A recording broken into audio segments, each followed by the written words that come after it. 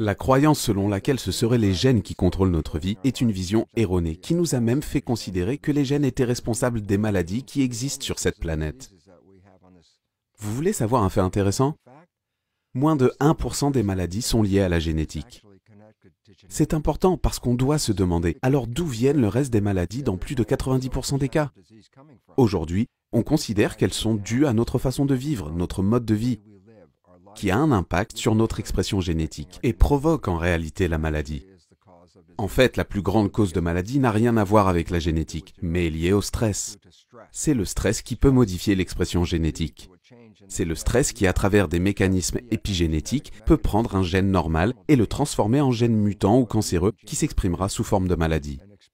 Quand nous comprenons ceci, nous commençons à nous dire que plutôt que de chercher à guérir nos maladies grâce à l'industrie pharmaceutique, nous devons reconnaître que la source principale de notre problème, c'est la façon dont nous vivons notre vie dans un monde stressant. En comprenant la nature de cela, vous devenez libre de changer la nature de votre vie et en le faisant, vous reprenez le contrôle et la gestion de votre propre biologie.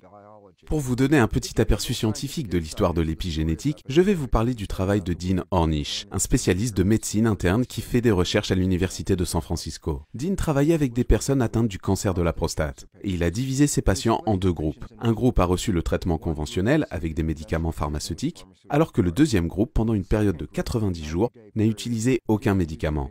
Ce qu'a fait Dean, c'est qu'il leur a montré comment améliorer leur mode de vie. Il les a fait changer d'alimentation, leur a enseigné des techniques de réduction du stress et leur a aussi appris à méditer. Ce qui est fascinant, c'est qu'en comparant le relevé génétique des deux groupes avant le début de l'expérience et à la fin des 90 jours, qu'a-t-on découvert?